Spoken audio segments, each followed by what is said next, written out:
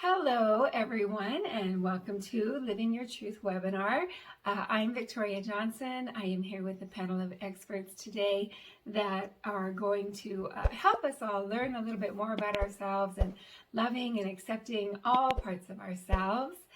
And just to tell you a little bit about me, I am the Heal Your Life National Trainer for Heal Your Life workshop teachers and Heal Your Life coaches. And so I train people in the philosophies of Louise Hay so they can go out and start their own careers as workshop teachers and Heal Your Life coaches. And my lovely assistant, who just is the foundation and rock of my life, is Merlene. And she is here today with her wisdom as well. So thank you, Merlene. Thank you.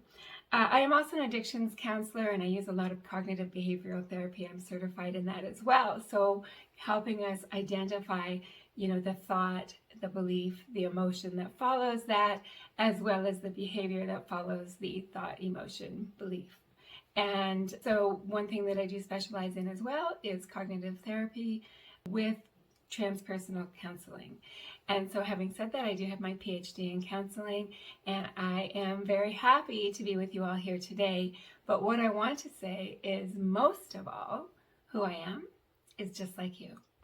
And I struggle with this as well, living your truth. And so I thought it was a really important topic. How it came about is I was actually away on vacation, and I was thinking about all of the amazing things in my life. You know how we do that on vacation. We just are so filled with gratitude. And then I started picking on myself on one or two little areas that could maybe use some improvement. And it's really interesting to me how we can just focus on those areas that we think that we are doing wrong, or that we have guilt about, or we have shame about. And instead of focusing on the 99 things that are going right, we'll put our focus over to that 1% or that one area where we are struggling, and then we label ourselves. Oh, I'm not good enough. I should be doing this. I should be doing that. This should be different. I should look different, talk different, have more money in the bank, whatever it might be. So I wanted to talk about living our truth, because that's really accepting all those parts of ourselves, including those parts that we kind of want to hide from everyone else. And we can live our life as privately or as publicly as we want, but it's important that we love and accept all parts of ourselves. And so that's going to be part of what we talk about today. And we are going to just start off with, what does it mean to be living in your truth? And so what we want to do is find areas that we judge ourselves in, areas that we are not accepting ourselves in, not to beat up ourselves, but just to recognize that there is room to grow. And so before we do that, I'm going to start with a reading from this book right here. It's called Trust Life. This is a book that Dr. Robert Holden from London put together of Louise Hay's work. And he compiled this after she passed, and all of the proceeds do go to charity for this book. So I do encourage you to get it. It's a daily, let's call it devotional. It's got daily readings. So it's Trust Life, Love Yourself Every Day with Wisdom from Louise Hay. And we are recording today on January 9th, 2022. And coincidentally, the theme for today is I love and approve of myself. How wonderful is that? So I'm going to read this to you. You can keep your eyes open and just listen to the words. Love is the miracle cure. Loving ourselves works miracles in our lives. And I'm not talking about vanity or arrogance or being stuck up, because that's not love. That's only fear. I'm talking about having a great respect for ourselves and a gratitude for the miracle of our bodies and our minds. The word love to me is appreciation to such a degree that it fills my heart to bursting and overflows. Love can go in any direction.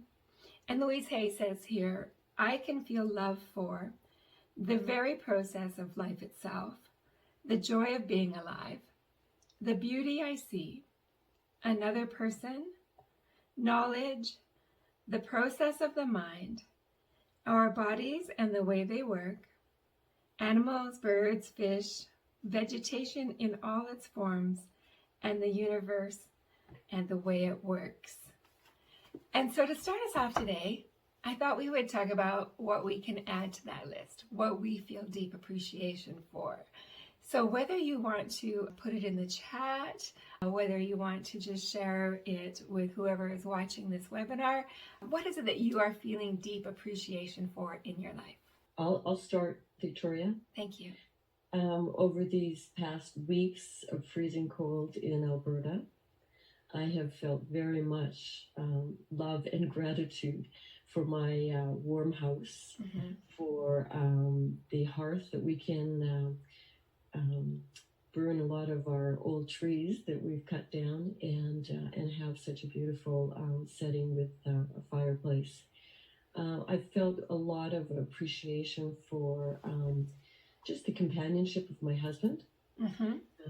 It's felt very isolating, and it would be hard to be all alone. I've felt gratitude for technology, which is something that I have a love-hate relationship with. Technology that allows me to communicate with my children, those that are far away in Toronto, and be able to actually see them and almost feel them with FaceTime. Those are things that I don't take lightly, because otherwise the disconnection of feeling alone offers a lot of opportunities to go those places that you have just mentioned that we try to avoid. Yes, absolutely. Thank you, Marlene.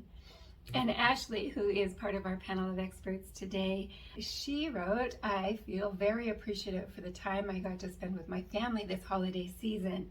It was so nice to be able to gather again. Oh, so true. You know, those things that we have taken for granted in the past, we now recognize as the blessing that they are. So thank you for sharing that, both Marlene and Ashley. So we're going to move back into this living your truth and those little niggling things that we tend to focus on instead of focusing on what it is that is going right and what it is that we love.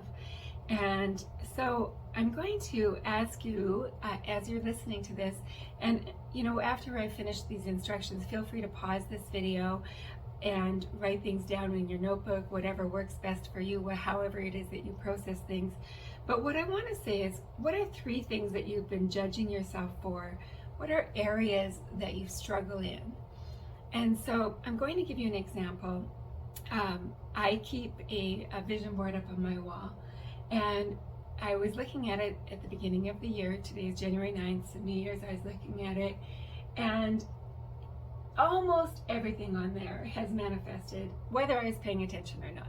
It's manifested and come true what I wanted for this year. And there's one little area. I was looking to lose some weight. Weight has been an ongoing up and down thing for me. So I had wanted to lose X amount of pounds. Instead, I lost Y amount of pounds, not quite the same amount of X. And so there I went, judging myself. Well, here you go again. You know, you didn't meet that goal. I guess you're just going to have that same goal again this year. Aren't you getting tired of having that goal? All these little things, you know, that I think suddenly it would make me more lovable if that last 7 pounds was gone. Come on, right? We all know that's not true, but we do these things to ourselves, or we find areas where we judge ourselves for our thoughts or our beliefs, whatever it might be. So, Marlene, I'm going to put you on the spot a little bit, just to help people to think about areas that they might be judging themselves. I'm going to mention some categories like relationships, career or job, finances, health, physical appearance, relationships with people other than maybe a partner or a spouse, coworkers, friends, whatever it might be. Can you think of some areas or give some examples of places where we can judge ourselves? Well, I'll give personal examples, absolutely. I'm at the age and stage where I feel that I missed a lot of as I mentioned before, my struggles with technology. That's one thing that so easily sabotages my going forward.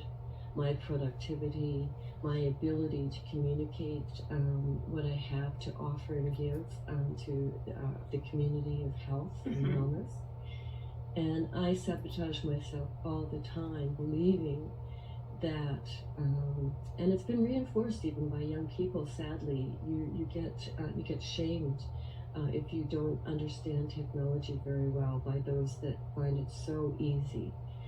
So I have struggled with that for many years and continue to, and I have just vowed, and I've done this before, but this time I'm really serious. I don't want to be left behind, and unfortunately the world is going in the direction where you absolutely need all those skills and that willingness to use your mind in that technology fashion. And so I have vowed and actually asked my husband to cooperate with me to employ a person to come to us for a day or two with our lists of questions that we have struggled with on the computer, technology-wise, and just to walk us through that. And I don't care how much it costs. I just want to become more proficient at it and feel the security of that. And so that's one of the reasons that I feel insecure, and that I go to those places where it's so easily, fed into that negativity and that discounting of one's personal worth. I am so glad you shared that, because I honestly, well, first of all, thank you. And I honestly don't think that it's just an age-related thing as well. I hear it from young people all the time, and even with social media.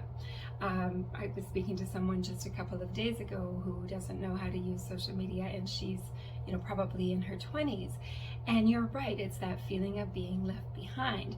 And so when you decide it's a priority for you, then yes, then we put our attention to the solution. Like you said, you found a solution. And the lady that I was speaking to the other day, for example, wasn't a priority for her, so she doesn't need to focus there. But part of living your truth is knowing that you desire to know how to work better with technology, and so you have found a solution for living that truth. That is beautiful. Thank you.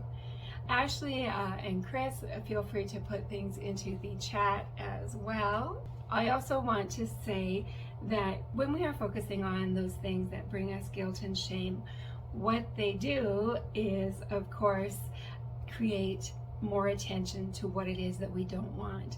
So what we're going to talk about today is working through a stage where we are focusing on what it is that we do want. So I want to talk about now, how does it impact you and what does it cost you to be focusing on something that does not serve who it is and what it is that you want to be. So when we think of something costing us something, we often think about it costing us in terms of finances, right? I'm going to use Marlene's example. I'm not as familiar with technology as I would like to be, and so what that does is it's costing me opportunities, it's costing me money. And when we think about other ways where we may be judging ourselves, I'm going to say relationships just off the top of my head. Maybe you want more fulfillment in your romantic relationship, or maybe you want friendships that are stronger or more meaningful. And so when you think about those areas where you've been judging yourself, maybe it went something like this. I don't communicate well, I can't express myself well, maybe people don't want to be spending time with me. Those types of negative self-talk. And when we think about what that costs us, first of all, that's usually something that's not true. Those are just those messages in our mind, and I want us to know that we're more powerful than those messages. But what does it cost you? How does it impact you when you get stuck in those personal judgments of self? I'm going to circle back to my example of how I was judging myself in the new year. I'm 7 pounds away from goal weight. I ate, right? That's what it cost me. I felt bad about myself. I didn't meet my goal. I judged myself. Well, you might as well. You might as well have some sugar. You might as well do this or do that. And you feel defeated. Your mindset is low. Anyone else want to share an example of self-judgment? If you're watching this video, just go ahead and pause the video, make a note, what it is that I'm judging myself for, pick 2 or 3 areas. What is it costing me to keep judging myself in those areas, to keep focusing on the negative in those areas? So, Victoria, I'll just add in there that it can cost you your health and your well-being when you are stuck in those negative things, when you cannot go forward and you feel in the mire and you just you feel like you have lead boots on sometimes, and it is really, really hard on your self-esteem. And when that happens over and over, your health can be very much challenged. Well, and you know, so much has come to light now. It's not like the early days of Louise Hay and her Heal Your Body book where she was connecting mind and body, but so much of the science has been proven now about that, about how those thoughts that we think being stored in our body and negatively impacting our health. So thank you so much for making that point, Marlene. Absolutely. And can I add too that it can change our relationships when we are stuck in that negative pattern. Others see us that way as well. So we project something that really isn't healthy to any kind of positive relationship. Yes, absolutely. Ashley added in, at my age, I judge myself for not being more accomplished. My peers own their own homes or they have degrees that make them successful in my mind. So once I get these things, I feel like I'll be seen as a responsible adult. And that's such a good point too, Ashley, this perception of self and comparing ourselves to others. Now, having said that, I welcome this open sharing from Ashley, and it is in no way a judgment at all. We all, every single human being walking on this planet does this. We compare ourselves to others. We do our best not to, but we do. And so Ashley has so honestly shared here about things like owning your own home or having a degree, to use those things to judge ourselves for. And again, this is then holding her back. So I'm going to use this example of what is it costing you. So feeling bad about yourself, for example, for not having a degree where maybe your people that you went to school with and hung out with do have a degree. How is that holding you back? What is that costing you? And I think what it does is it costs us from moving forward and shining our light and giving from our own essence. And we are not all meant to have degrees. We're not all meant to be homeowners, and one isn't better than the other. And I think that as long as we can learn to just love and accept that we are where we are because that is our path in life, that we are going with the flow of our life and our life purpose, and just as the expression goes, blooming where we are planted. So thank you so much for that beautiful and vulnerable and open share, Ashley. It reminds me of the morning I turned 50. I was in a hotel room, and I so clearly remember thinking, holy, like, I'm an adult now. I should have more money in the bank. I should have a retirement plan. Everyone else, okay, so this is that overgeneralizing. Everyone else my age has lots of money in the bank and has a retirement plan. Well, how do you think that made me feel? Less than with everything, and it spilled over into all of the other areas of my life because I felt so incredibly less than in my finances. So thank you for sharing that, Ashley. Victoria, can I just say something to that, because what you said was so beautifully stated. And I think that it really speaks to the whole topic of this webinar, owning our truths. Sometimes we borrow the world's goals, and they're not our goals, and they're not meant for us. And we can't ever attain some kinds of those aspirations. So looking at ourselves and what's true for us is so very important, and how we can make that all work. And that involves being very vulnerable, very honest, and just being very open. It's not even open to the world, but it's open to ourselves. We can be close to ourselves even with what we need and what we want. Yeah. So I just think that really owning our truths and really knowing our whys and what we need is imperative in being able to have the energy, the focus, and the resilience, and just the determination to go for what we need and what we want to be. This has sparked a memory in me, what you just said, and it relates back to me waking up on that morning of my 50th birthday and thinking about what everyone else has and what I don't have. And we do an exercise in Heal Your Life workshops that we take you through a series of questions. You work in partners where we talk about all of those things that we are judging ourselves for, our should list. So I should have more education. I should own my own home. I should have more money in the bank. I should know more about technology. And what I did with that exercise that was worked through it, I could have more money in the bank, and I could have a solid retirement plan. And in the workshops, we take it through to the next question, which is, so why don't you, or why haven't you? And the answer was really clear to me. It's not my priority. My priority is traveling the world, sharing my story, helping other people to heal their own lives through it. And that's where my passion lies. And so I appreciate that cue there, Merlene, with what you said. Thank you. And so again, for those of you who are listening to this webinar recorded, when you have your list of areas that you're judging yourself for, go ahead and look at that list again and pause the video when you're ready.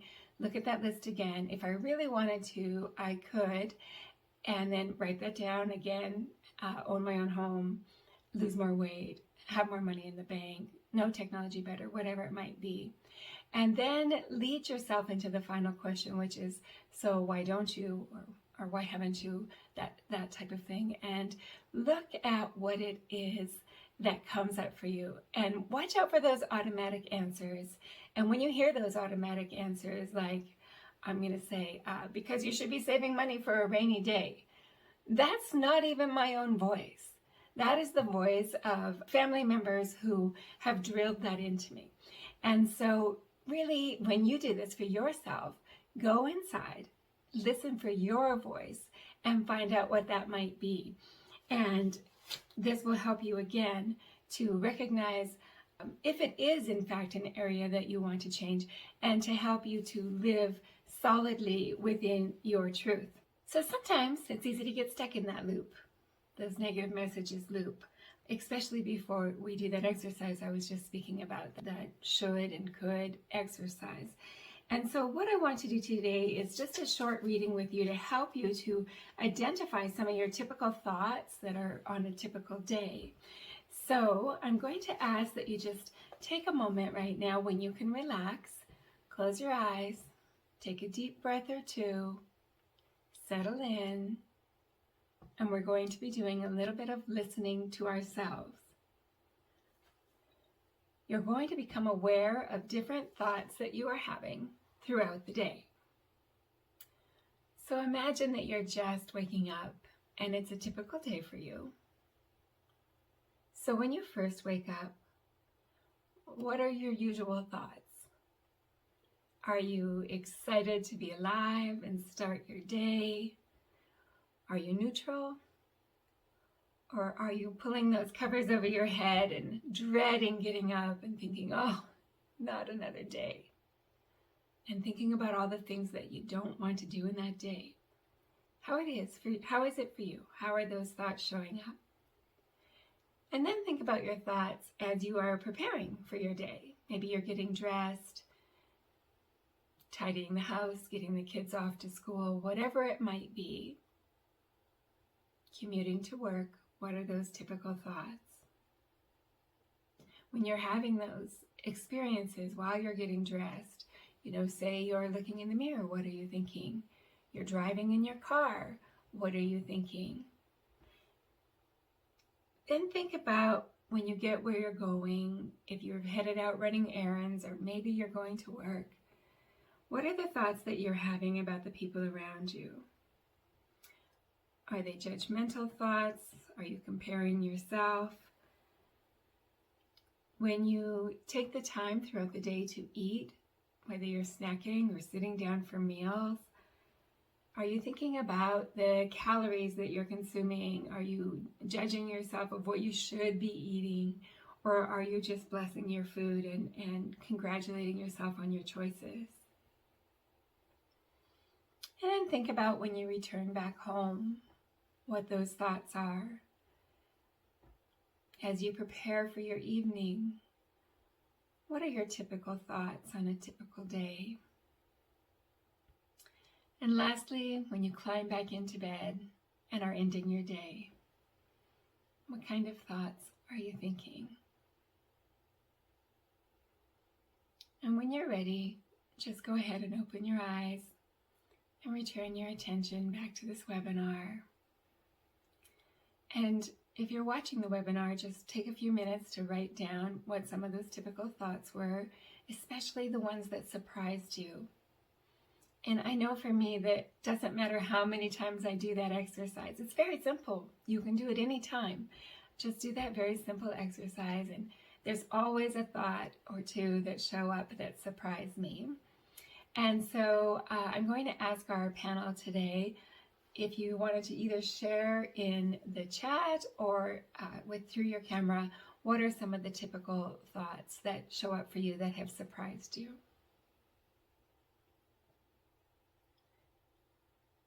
One thing that was surprising to me was my reaction when I am out in public. Now, we all know we are living in different times right now with the pandemic, and I find that I've got this monologue going on in my head about, oh, well, that person's mask isn't pulled up far enough. That person's wearing their mask properly.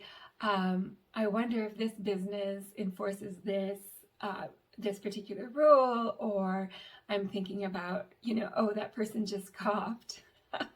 And you know how we do that now, we cough ourselves and we have to tell everybody around us, don't worry, it's just something in my throat. And so I find myself with this constant monologue that is fear-based. So those are surprising thoughts that have shown up for me, and I've identified an area for me where I can make changes. Merlene, did you have anything that you wanted to share? Well, Victoria, I was raised in a home where idleness was not acceptable.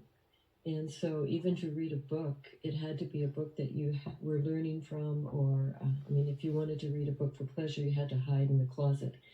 But productivity was such a theme that when I wake up in the morning, I think, gosh, I didn't get enough accomplished yesterday. I need to do this and this and this today. So it becomes a list of to-dos, and it feels harsh and it feels heavy.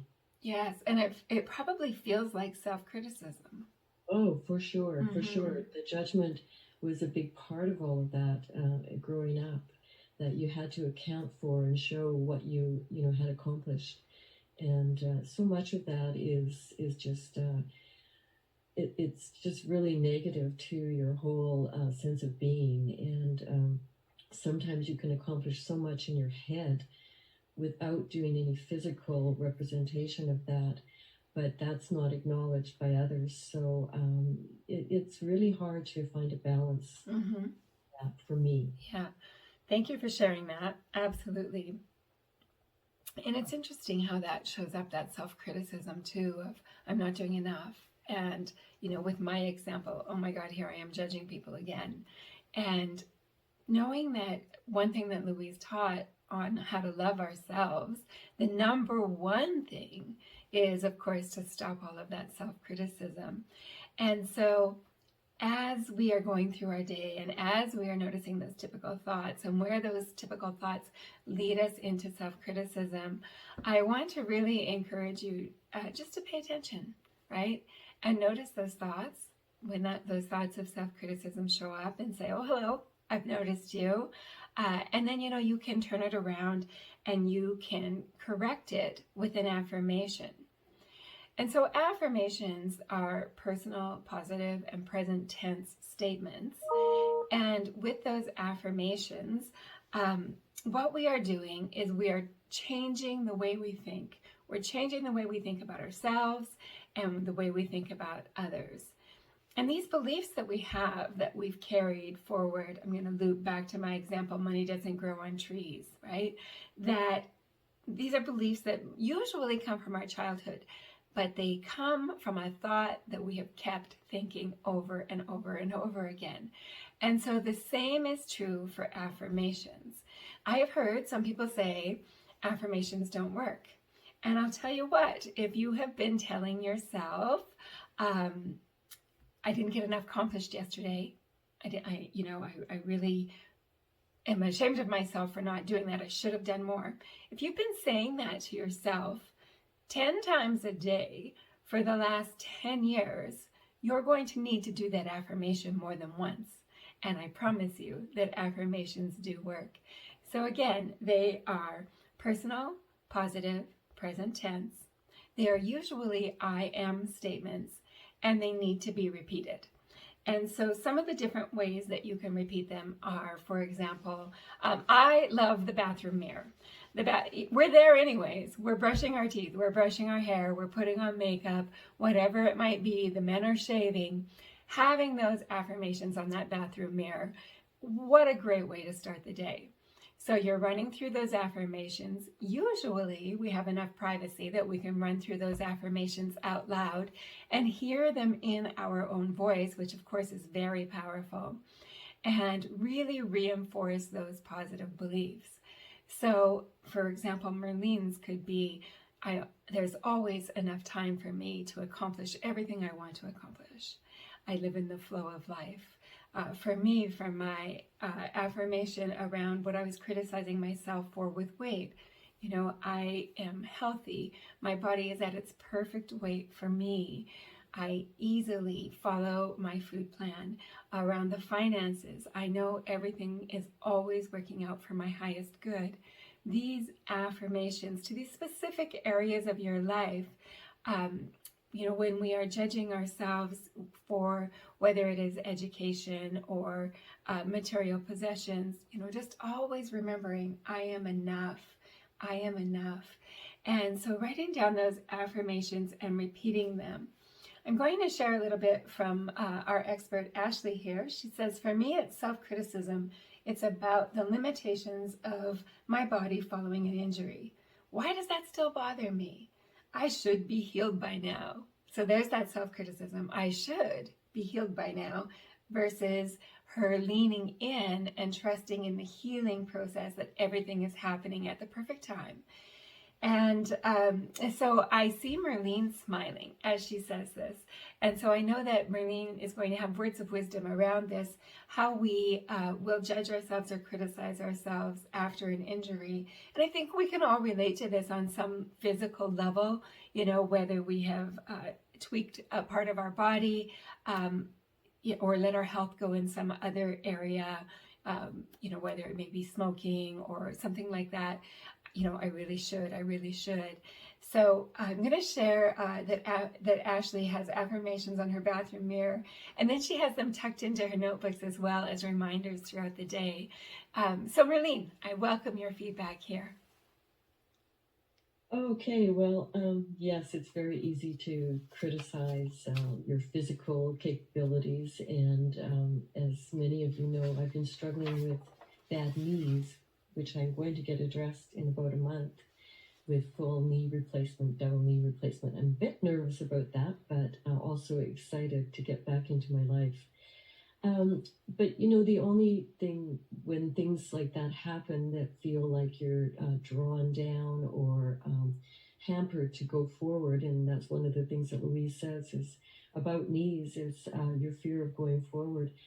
But I've tried to counteract that with all the things that I love about myself. If I don't love my ability to move right now, I have a whole list of things that I keep close to my computer where I am most of the day. And things like, I love my sense of humor. I love my musical ability. I love my comfort with people. I love my energetic connection with people. I love my creativity. I love my intuitive ability. I love my sensibility, all of those things.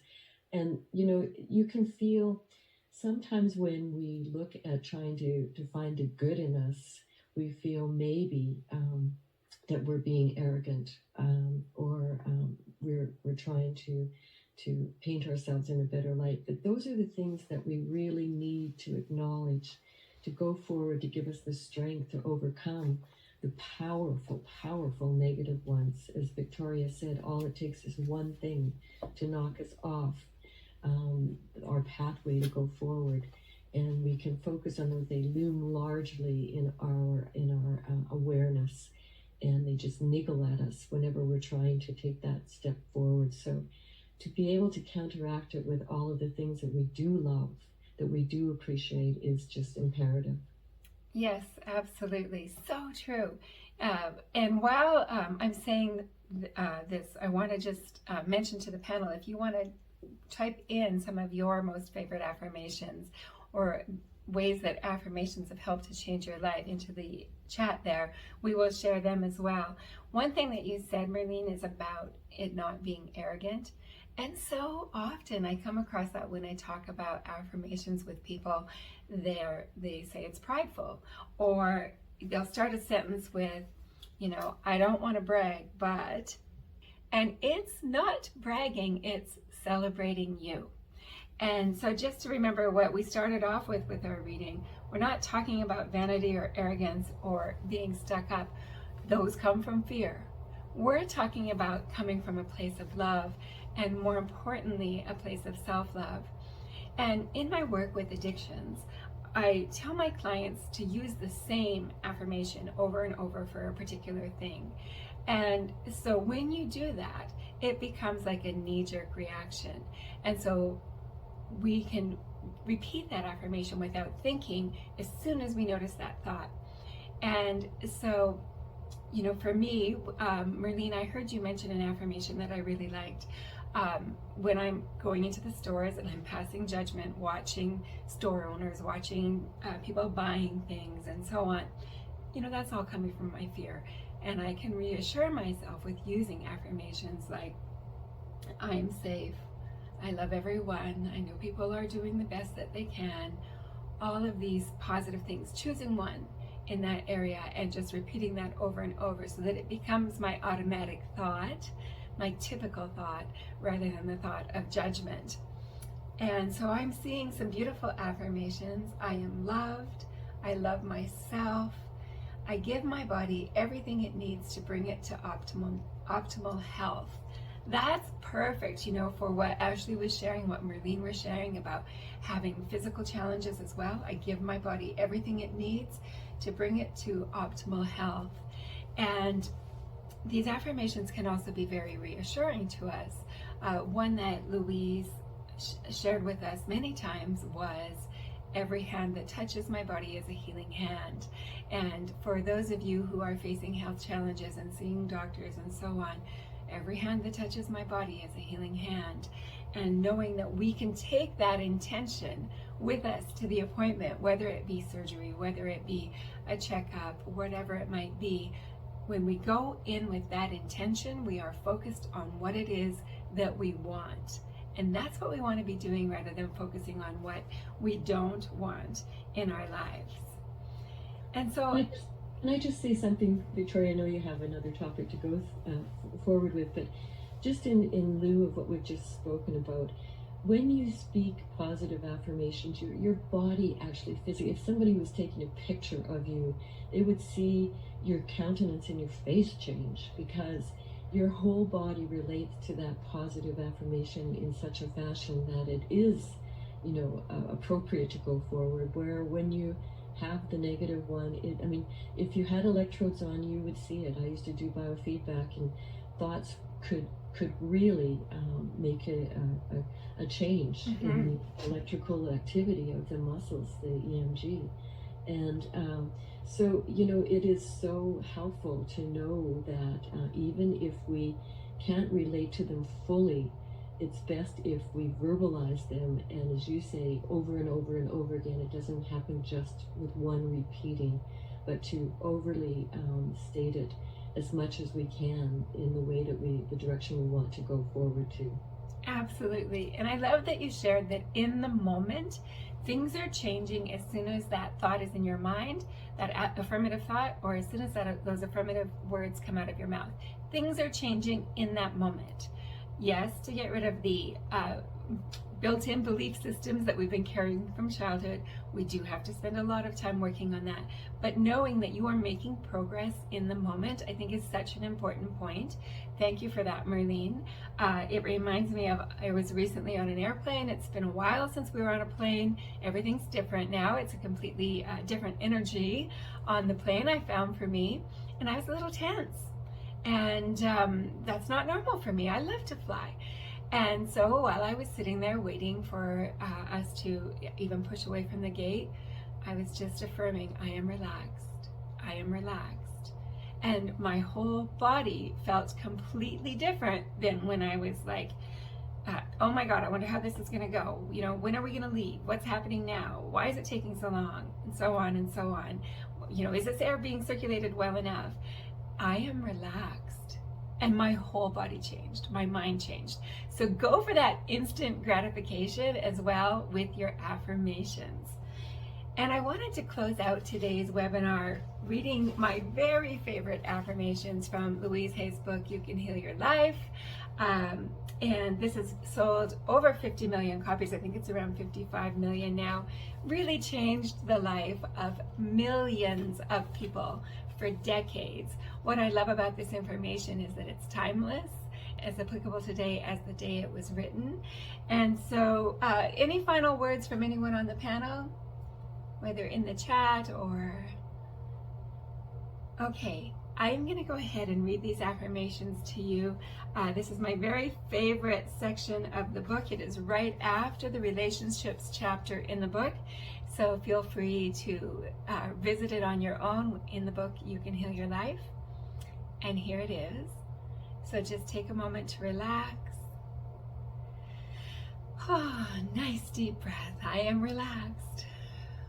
Close your eyes and let these words just really penetrate into your thoughts, your body, your being. In the infinity of life where I am, all is perfect, whole, and complete. I live in harmony and in balance with everyone I know. Deep at the center of my being, there is an infinite well of love. I now allow this love to flow to the surface. It fills my heart, my body, my mind, my consciousness, my very being, and it radiates out from me in all directions and returns to me multiplied.